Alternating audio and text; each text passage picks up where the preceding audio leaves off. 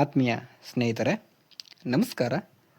ಈ ಒಂದು ವಿಡಿಯೋದಲ್ಲಿ ನಾನು ನಿಮಗೆ ಯಾವ ರೀತಿ ಫೋನಲ್ಲಿ ಕ್ವಶನ್ ಪೇಪರ್ಗಳನ್ನು ರೆಡಿ ಮಾಡ್ಬೋದು ಅಂತಕ್ಕಂಥದ್ದನ್ನು ಸಂಪೂರ್ಣವಾಗಿ ತಿಳಿಸ್ಕೊಡ್ತೀನಿ. ಯಾರು ನಮ್ಮ ಚಾನಲ್ನ ಸಬ್ಸ್ಕ್ರೈಬ್ ಮಾಡಿಲ್ಲ, ಈಗಲೇ ಸಬ್ಸ್ಕ್ರೈಬನ್ನು ಮಾಡ್ಕೊಳ್ಳಿ. ಬಹಳ ಈಸಿಯಾಗಿ ನೀವು ಕ್ವಶನ್ ಪೇಪರನ್ನು ನೀವು ಯಾರ ಸಹಾಯವನ್ನು ಪಡೆಯದೆ ಫೋನಲ್ಲೇ ಮಾಡ್ಕೋಬೋದು. ಯಾವ ರೀತಿ ಅಂತಕ್ಕಂಥದ್ದನ್ನು ಈಗ ನೋಡೋಣ. ಮೊದಲು ನಿಮ್ಮ ಪ್ಲೇಸ್ಟೋರನ್ನು ಓಪನ್ ಮಾಡ್ಕೊಳ್ಳಿ. ಆ ಪ್ಲೇಸ್ಟೋರನ್ನು ಓಪನ್ ಮಾಡ್ಕೊಂಡ್ಮೇಲೆ ಅಲ್ಲಿ ಸರ್ಚ್ ಮೇಲೆ ಕ್ಲಿಕ್ ಮಾಡಿ ಗೂಗಲ್ ಡಾಕ್ಸ್ ಅಂತೇಳಿ ಸರ್ಚನ್ನು ಮಾಡಿ. ಗೂಗಲ್ ಡಾಕ್ಸ್ ಸ್ಪೆಲ್ಲಿಂಗ್ ನೋಡ್ಕೊಳ್ಳಿ. ಗೂಗಲ್ ಡಾಕ್ಸ್ ಅಂತೇಳಿ ಸರ್ಚ್ ಕೊಡಿ. ಸರ್ಚ್ ಕೊಟ್ಟಾಗ ನಿಮಗೆ ಈ ರೀತಿ ಆಪ್ಷನ್ಗಳು ಶೋ ಆಗುತ್ತೆ. ಅಲ್ಲಿ ನೋಡಿ, ಎರಡನೇದು ಗೂಗಲ್ ಡಾಕ್ಸ್ ಅಂತೇಳಿ ಅದೇ ಆಪ್ಷನ್ ಕಾಣಿಸುತ್ತೆ. ಇದು 35 MB ಇರ್ತದೆ. ನೋಡ್ಕೊಳ್ಳಿ, ಕರೆಕ್ಟಾಗಿ ನೋಡ್ಕೊಂಡು ಏನು ಮಾಡಿ ಅದನ್ನು ಡೌನ್ಲೋಡ್ ಮಾಡ್ಕೊಳ್ಳಿ. ನಾನು ಅಪ್ಡೇಟ್ ಮಾಡಿಕೊಡ್ತೀನಿ, ಯಾಕಂದರೆ ಆಲ್ರೆಡಿ ನನ್ನ ಹತ್ರ ಡಾಕ್ಸು ಇದೆ. ಅದರಿಂದ ಈ ಡಾಕ್ಸನ್ನು ನೀವು ಡೌನ್ಲೋಡಿಗೆ ಕೊಟ್ಟಾಗ ಅದು ಡೌನ್ಲೋಡ್ ಆಗುತ್ತೆ. ಡೌನ್ಲೋಡ್ ಆಗೋ ತನಕ ಸ್ವಲ್ಪ ವೆಯ್ಟ್ ಮಾಡಿ. ಡೌನ್ಲೋಡ್ ಆಯಿತು. ಡೌನ್ಲೋಡ್ ಆದಮೇಲೆ ಇನ್ಸ್ಟಾಲ್ ಆಗುತ್ತೆ. ಇನ್ಸ್ಟಾಲ್ ಮಾಡ್ಕೊಳ್ಳಿ. ಮಾಡ್ಕೊಂಡ್ಮೇಲೆ ಮುಂದಿನ ಸ್ಟೆಪ್ಪನ್ನು ನೋಡೋಣ. ಈಗ ಡೌನ್ಲೋಡ್ ಇನ್ಸ್ಟಾಲ್ ಆಗ್ತಾಯಿದೆ. ಇನ್ಸ್ಟಾಲ್ ಆಗಿಬಿಡಲಿ. ಬಹಳ ಈಸಿಯಾಗಿ ನೀವು ಕ್ವಶನ್ ಪೇಪರ್ಗಳನ್ನು ನೀವು ರೆಡಿ ಮಾಡ್ಕೊಳ್ಬೋದು. ಯಾರ ಸಹಾಯವನ್ನು ಪಡ್ಕೊಳ್ಳದೆ ಆರಾಮಾಗಿ ನೀವು ಕ್ವಶನ್ ಪೇಪರನ್ನು, ಯಾವ ಕ್ವಶನ್ ಪೇಪರ್ ಬೇಕಾದ್ರೂ ನೀವು ಅಲ್ಲಿ ಮಾಡ್ಬೋದು. ಈಗ ಅಪ್ಲಿಕೇಶನ್ ಡೌನ್ಲೋಡ್ ಆಯಿತು. ಓಪನ್ನ ಮಾಡ್ತಾಯಿದ್ದೇನೆ. ಓಪನ್ ಆದಾಗ ಈ ರೀತಿ ಅದು ಕಾಣಿಸ್ದಾಗ ಆಲ್ರೆಡಿ ನಾನು ಕೆಲವು ಇದು ಕ್ವಶನ್ ಪೇಪರ್ಸ್ಗಳನ್ನು ರೆಡಿ ಮಾಡಿರ್ತಕ್ಕಂಥದ್ದನ್ನು ನೀವು ಅಲ್ಲಿ ಕಾಣ್ಬೋದು. ನಾನೀಗ ಹೊಸದಾಗಿ ಯಾವ ರೀತಿ ಕ್ವಶನ್ ಪೇಪರನ್ನು ಮಾಡೋದು ಅಂತಕ್ಕಂಥದ್ದನ್ನ ತಿಳಿಸ್ಕೊಡ್ತೀನಿ. ಅಲ್ಲಿ ಪ್ಲಸ್ ಅಂತಕ್ಕಂಥ ಒಂದು ಆಪ್ಷನ್ ನಿಮಗೆ ಕಾಣಿಸುತ್ತೆ. ನೀವು ಆಲ್ರೆಡಿ ಅಲ್ಲಿ ಕೇಳಿಸುತ್ತೆ. ಸ್ಟಾರ್ಟಿಂಗು ನೀವು ಓಪನ್ ಮಾಡಬೇಕಾದ್ರೆ ಗೂಗಲ್ ಜಿಮೇಲ್ ಅಕೌಂಟ್ ಕೇಳುತ್ತೆ. ಆವಾಗ ಏನು ಮಾಡಿ, ನಿಮ್ಮ ಜಿಮೇಲ್ ಅಕೌಂಟಿಂದ ನೀವು ಲಾಗಿನ್ ಆಗಿ ಅಲ್ಲೇ ಬಂದುಬಿಡ್ತದೆ. ಡೈರೆಕ್ಟ್ ಓಪನ್ ಮಾಡಿದ ತಕ್ಷಣ ಜಿಮೇಲ್ ಕೇಳ್ತದೆ. ಅಲ್ಲಿ ಲಾಗಿನ್ ಮಾಡಿ. ಇದು ಲಾಗಿನ್ ಮಾಡಿದ್ಮೇಲೆ ಇಲ್ಲಿ ಪ್ಲಸ್ ಬಟನ್ ಮೇಲೆ ಕ್ಲಿಕ್ ಮಾಡ್ಕೊಳ್ಳಿ. ಇಲ್ಲಿ ನಿಮಗೆ ನ್ಯೂ ಡಾಕ್ಯುಮೆಂಟ್ಸ್ ಅಂತ ಒಂದು ಆಪ್ಷನ್ ಕಾಣಿಸುತ್ತೆ. ಆ ನ್ಯೂ ಡಾಕ್ಯುಮೆಂಟ್ಗೆ ಕ್ಲಿಕ್ ಮಾಡಿ. ಕ್ಲಿಕ್ ಮಾಡಿದ ತಕ್ಷಣ ನಿಮಗೆ ಒಂದು ನ್ಯೂ ಡಾಕ್ಯುಮೆಂಟ್ಸು ಈ ರೀತಿ ಓಪನ್ ಆಗುತ್ತೆ. ಓಪನ್ ಆದಾಗ ನೋಡಿ, ಇಲ್ಲಿ 3 ಡಾಟ್ಸ್ ಕಾಣಿಸುತ್ತೆ. ಆ 3 ಡಾಟ್ಸ್ ಮೇಲೆ ಕ್ಲಿಕ್ ಮಾಡಿ. ಇಲ್ಲಿ ವ್ಯೂ ಇನ್ ಲೈಟ್ ಥೀಮ್, ಯಾಕಂದರೆ ನಾನು ಡಾರ್ಕ್ ಥೀಮ್ ಹಾಕ್ಕೊಂಡಿದ್ದೀನಿ. ನಿಮ್ಮ ಹತ್ರ ಆಲ್ರೆಡಿ ಸ್ಟಾರ್ಟಿಂಗ್ ಕೊಟ್ಟಾಗಲೇ ಅಲ್ಲಿ ಕೇಳುತ್ತೆ. ಆವಾಗ ನಿಮ್ಮಲ್ಲಿ ಏನಾದ್ರು ಬ್ಲ್ಯಾಕ್ ಥೀಮ್ ಬಂತು ಅಂದರೆ ಇಲ್ಲಿ ವೈಟ್ ಥೀಮ್ ಸೆಲೆಕ್ಟ್ ಮಾಡ್ಕೊಳ್ಳಿ. ಸೆಲೆಕ್ಟ್ ಮಾಡಿಕೊಂಡು ತದನಂತರ ಇಲ್ಲಿ ಪ್ರಿಂಟ್ ಲೇಔಟ್ ಅಂತಿದೆ ನೋಡಿರಿ, ಆ ಪ್ರಿಂಟ್ ಲೇಔಟ್ ಮೇಲೆ ಕ್ಲಿಕ್ ಮಾಡ್ಕೊಳ್ಳಿ.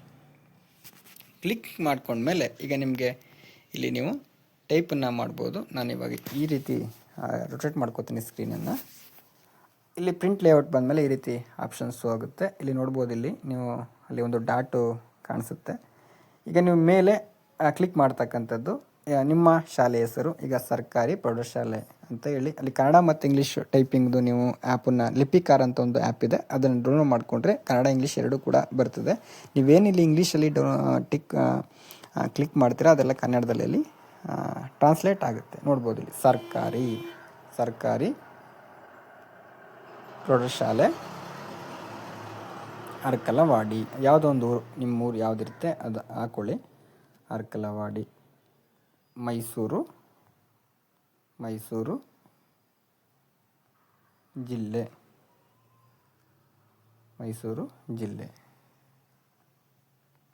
ಇಲ್ಲಿ ಹಾಕೋತೀರಾ. ನಿಮ್ಮ ಇಲ್ಲಿ ಸ್ಪೇಸ್ದು ಬಟನ್ ಓಪನ್ ಇದು ಕ್ಲಿಕ್ ಮಾಡಿದ್ರೆ ಅದು ಎಲ್ಲಿಗೆ ಬೇಕು ಅಲ್ಲಿಗೆ ತಗೊಂಡೋಗಿ ನಿಲ್ಲಿಸ್ಕೋಬೋದು.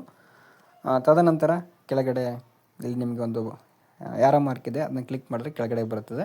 ಆವಾಗ ನೀವಲ್ಲಿ ಕ್ಲಿಕ್ ಮಾಡ್ಬೋದು. ರೂಪಣಾತ್ಮಕ ಮೌಲ್ಯಮಾಪನ, ಅದನ್ನು ತಂದು ಅಲ್ಲಿಗೆ ನಿಲ್ಲಿಸ್ಕೊಳ್ಳಿ. ರೂಪಣಾತ್ಮಕ ಮೌಲ್ಯಮಾಪನ ಅಥವಾ LBA ಟೆಸ್ಟು ಅಥವಾ ಯಾವುದೊಂದು ಪಾಠಕ್ಕೆ ಸಂಬಂಧಪಟ್ಟಾಗೆ ನೀವು ಪ್ರಶ್ನೆ ಪತ್ರಿಕೆಯನ್ನು ಮಾಡ್ತೀರಿ, ಆ ಪಾಠದ ಹೆಸರನ್ನ ಬರೆದುಬಿಟ್ಟು ಏನು ಮಾಡಿ ಅಲ್ಲಿ ಕೊಡಿ. ಈಗ ಎಕ್ಸಾಂಪಲ್ ನಾನು ರೂಪಣಾತ್ಮಕ ಮೌಲ್ಯಮಾಪನ ಅಥವಾ LBA ಟೆಸ್ಟು ಯಾವ ಚಾಪ್ಟರ್ಗೆ, ಯಾವುದೋ ಒಂದು ಕನ್ನಡ ಚಾಪ್ಟರ್ ಅಂದ್ಕೊಳ್ಳಿ, ಅಮ್ಮನ ಅಥವಾ ಕಂದ ಅಂದ್ಕೊಳ್ಳಿ.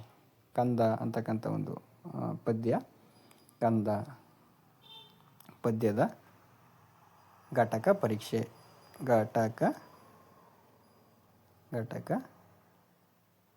ಪರೀಕ್ಷೆ ಹಾಕ್ಕೊಂಡ್ರಿ. ಇಲ್ಲಿ ನೋಡಿ ಬಹಳ ಈಸಿ. ತದನಂತರ ಈ ಕಡೆ ಬಂದು ನೀವು ಅಂಕಗಳು ಏನಿದೆ ಅದನ್ನು ಮೇಲ್ಗಡೆ ನಿಮ್ಗೆ ಯಾವ ರೀತಿ ಬೇಕೋ ಆ ರೀತಿ ಡಿಸೈನ್ನ ಮಾಡ್ಕೋಬೋದು, ನೀವು ಹಾಕೋಬೋದು. ನಿಮಗೆ ಇದನ್ನು ಜಸ್ಟ್ ಐಡಿಯಾ ಹೇಳ್ತಿರೋದಷ್ಟೇ. ಒಂದು 15 ಅಂಕಕ್ಕೆ ಇರುತ್ತೆ ಅಂದ್ಕೊಳ್ಳಿ. ಮತ್ತು ಇಲ್ಲಿ ನೀವು ಸಮಯವನ್ನು ಹಾಕ್ಕೊಳ್ಳಿ. ಮತ್ತು ನಿಮ್ಗೆ ಯಾವ ರೀತಿ ಬೇಕು ಮೇಲ್ಗಡೆ ಆಪ್ಷನ್, ಮೇಲ್ಗಡೆ ಏನೇನು ಬೇಕು ಅದನ್ನು ರೆಡಿ ಮಾಡಿಕೊಂಡು ನೆಕ್ಸ್ಟ್ ಏನು ಮಾಡಿ, ನಿಮ್ಮ ಕೈಯಿಂದನೇ ನೀವು ಎಲ್ಲಿಗೆ ಬೇಕು ಅಲ್ಲಿಗೆ ನೆಕ್ಸ್ಟು ಒಂದು ಲೈನ್ಗೆ ಕ್ಲಿಕ್ ಮಾಡಿಕೊಂಡು ಅಲ್ಲಿ ಬಂದು ನಿಂತ್ಕೊಳ್ತೀವಿ. ಈಗ ಕ್ವಶನ್ನ ಟೈಪ್ ಮಾಡಬೇಕು. ಕ್ವಶನ್ನ ನೀವು ಬೇಕಾದರೆ ಕೈಯಲ್ಲೇ ಟೈಪ್ ಮಾಡ್ಬೋದು. ಒಂದು ವಾಕ್ಯದಲ್ಲಿ ಉತ್ತರಿಸಿ ಕೈಯಲ್ಲಾದರೂ ಟೈಪ್ ಮಾಡ್ಬೋದು. ಅಲ್ಲಿ ನೀವು ಟೈಪ್ ಮಾಡಿದಾಗ ಬರುತ್ತೆ. ಅಥವಾ ನೀವಿಲ್ಲಿ ಒಂದು ಮೈಕ್ ಸಿಂಬಲ್ ಕಾಣಿಸುತ್ತೆ ನೋಡಿ, ರೈಟ್ ಸೈಡಲ್ಲಿ ಕಾಣಿಸುತ್ತೆ. ಅದನ್ನು ಕ್ಲಿಕ್ ಮಾಡಿಕೊಂಡು ನೀವು ಯಾವುದಾದ್ರು ಒಂದು ಕ್ವಶನ್ನ ಅಲ್ಲಿ ನೀವು ಬಾಯಲ್ಲಿ ಹೇಳಿದ್ರೆ ಅದು ಆಟೋಮೆಟಿಕ್ಕಾಗಿ ಅದನ್ನೇ ಟೈಪ್ ಆಗುತ್ತೆ. ಎಕ್ಸಾಂಪಲ್, ಅಮ್ಮ ಮಗುವನ್ನು ಯಾವ ರೀತಿ ಇಲ್ಲಿ ನಾನು ಇಯರ್ಫೋನ್ ಕನೆಕ್ಟ್ ಮಾಡಿರೋದ್ರಿಂದ ಆ ರೀತಿ ಆಪ್ಷನ್ಸು ಆಯಿತು.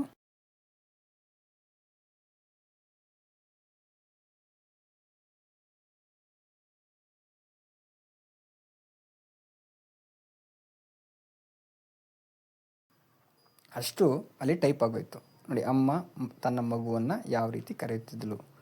ನಿಮಗೆ ಅಲ್ಲಿ ಕ್ವಶನ್ ಮಾರ್ಕನ್ನು ಆಪ್ಷನ್ಸು ಆಗುತ್ತೆ. ಕ್ವಶನ್ ಮಾರ್ಕನ್ನು ನೀವು ಅಲ್ಲಿ ಹಾಕ್ಕೊಳ್ಳಿ.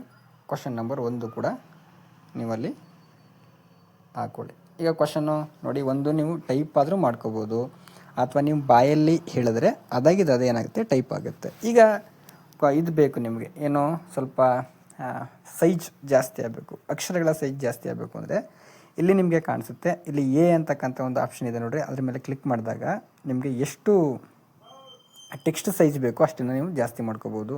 13, 14, 15, 18, 20 ಜಾಸ್ತಿನೂ ಕೂಡ ಬರ್ತದೆ. ಅದನ್ನು ನೀವೇನು ಮಾಡಬೇಕು, ಅಲ್ಲಿ ನಿಲ್ಲಿಸ್ಕೊಂಡು ಆಮೇಲೆ ಏನು ಮಾಡಿ ಟೈಪನ್ನು ಮಾಡಿ ದೊಡ್ಡದಾಗಿ ಬೇಕು ಅಂತಂದರೆ. ಈಗ ಈ ಅಕ್ಷರ ಬೋಲ್ಡಲ್ಲಿ ಕಾಣಬೇಕು ಅಂತಂದರೆ ನೀವು ಇಲ್ಲಿ ಬಿ ಅಂತ ಆಪ್ಷನ್ ಇದೆ ನೋಡಿರಿ, ಅದರ ಮೇಲೆ ಕ್ಲಿಕ್ ಮಾಡ್ಕೊಂಡ್ರೆ ಏನಾಗುತ್ತೆ, ಅದು ಬೋಲ್ಡ್ ಆಗುತ್ತೆ. ಈಗ ಎಕ್ಸಾಂಪಲ್ ಇದು ನಾನು ಮತ್ತೆ ಟೈಪ್ ಮಾಡೋಕ್ಕೋಗಲ್ಲ, ಅಲ್ಲಿರೋದನ್ನೇ ನಾನು ತೋರಿಸ್ಕೊಡ್ತೀನಿ. ಬೋಲ್ಡ್ ಅಂತ ಕೊಟ್ಟರೆ ನೋಡಿ, ಬೋಲ್ಡ್ ಆಯಿತು ನೋಡಿ, ಎಷ್ಟು ಚೆನ್ನಾಗಿ ಕಾಣಿಸುತ್ತೆ. ನೀವು ಯಾವ ರೀತಿ ಬೇಕೋ ಆ ರೀತಿ ಮಾಡ್ಕೊಳ್ಬೋದು. ನೀವು ಟೆಕ್ಸ್ಟ್ ಸೈಜ್ ಜಾಸ್ತಿ ಮಾಡಬೇಕು ಅಂದರೆ ನೋಡಿ, ಇಲ್ಲಿ ಅದ್ರ ಮೇಲೆ ಕ್ಲಿಕ್ ಮಾಡ್ಕೊಂಡಿದ್ದೀನಿ, ಸೈಜ್ ಜಾಸ್ತಿ ಮಾಡ್ತಾಯಿದ್ದೀನಿ ನೋಡಿರಿ, ಸೈಜು ಕೂಡ ಜಾಸ್ತಿ ಆಗುತ್ತೆ. ಸೈಜ್ ಜಾಸ್ತಿ ಆದಾಗ ಸ್ವಲ್ಪ ವೇರಿಯೇಷನ್ ಆಗುತ್ತೆ, ಅವು ನೀವು ಅಲ್ಲೇ ಸರಿ ಮಾಡ್ಕೊಳ್ಬೋದಾಗಿರ್ತದೆ. ನೀವು ಸರಿ ಮಾಡ್ಕೊಳ್ಬೋದು ಮತ್ತೆ ಅಲ್ಲೇ. ಈ ರೀತಿ ನಿಮಗೆ ಎಷ್ಟು ಎಕ್ಸಾಮ್ಗಳಿಗೆ ಬೇಕಾದರೂ ಕೂಡ ನೀವೇನು ಮಾಡ್ಬೋದು, ಕ್ಲೀನಾಗಿ ಪ್ರಶ್ನೆ ಪತ್ರಿಕೆಗಳನ್ನು ರೆಡಿ ಮಾಡ್ಕೊಳ್ಬೋದು. ಇದಕ್ಕೆ ಸಂಬಂಧಪಟ್ಟಂಗೆ ನಿಮ್ಗೆ ಏನಾದರೂ ಡೌಟ್ಸು ಬಂತು ಅಂತಂದರೆ ನೀವು ಇಲ್ಲಿ ನನ್ನ ಯೂಟ್ಯೂಬಲ್ಲಿ ಕಮೆಂಟನ್ನು ಮಾಡಿದಂಥ ಸಂದರ್ಭದಲ್ಲಿ ಆ ಒಂದು ನಿಮ್ಮ ಒಂದು ಸಮಸ್ಯೆಗಳನ್ನು ನಾನು ಪರಿಹಾರವನ್ನು ಮಾಡ್ಕೊಳ್ತೀನಿ. ಬಹಳ ಆರಾಮಾಗಿ ನೀವು ಕ್ವಶನ್ ಪೇಪರ್ಗಳನ್ನು ಮೊಬೈಲಲ್ಲಿ ಟೈಪನ್ನು ಮಾಡ್ಕೊಳ್ಳಿ, ಅಥವಾ ಬಾಯಲ್ಲಿ ಹೇಳಿದ್ರೆ ಅದಾಗೆ ಆಟೋಮೆಟಿಕ್ಕಾಗಿ ಏನಾಗುತ್ತೆ, ಟೈಪ್ ಕೂಡ ಆಗುತ್ತೆ, ಸಮಯನೂ ಕೂಡ ಉಳಿತದೆ. ನೀವು ಮನೆಯಲ್ಲೇ ಕೂತ್ಕೊಂಡು ಮಾಡಿಕೊಂಡು ಆಮೇಲೆ ಬೇಕಾದ್ರೆ ಅದನ್ನ ಪ್ರಿಂಟನ್ನು ತಗೊಂಡು ಮಕ್ಕಳಿಗೆ ಕೊಡ್ಬೋದಾಗಿರ್ತದೆ. ಇಷ್ಟು ನೀವು ಈ ಒಂದು ಪ್ರಶ್ನೆ ಪತ್ರಿಕೆಗಳನ್ನು ಯಾವ ರೀತಿ ಮೊಬೈಲಲ್ಲಿ ಮಾಡ್ಕೊಳ್ತಕ್ಕಂಥದ್ದು ಅಂತಕ್ಕಂಥದ್ದು ವಿಚಾರ ಆಯಿತು. ಇನ್ನು ಮುಂದಿನ ವಿಡಿಯೋದಲ್ಲಿ ಮತ್ತೊಂದು ಶಿಕ್ಷಕರಿಗೆ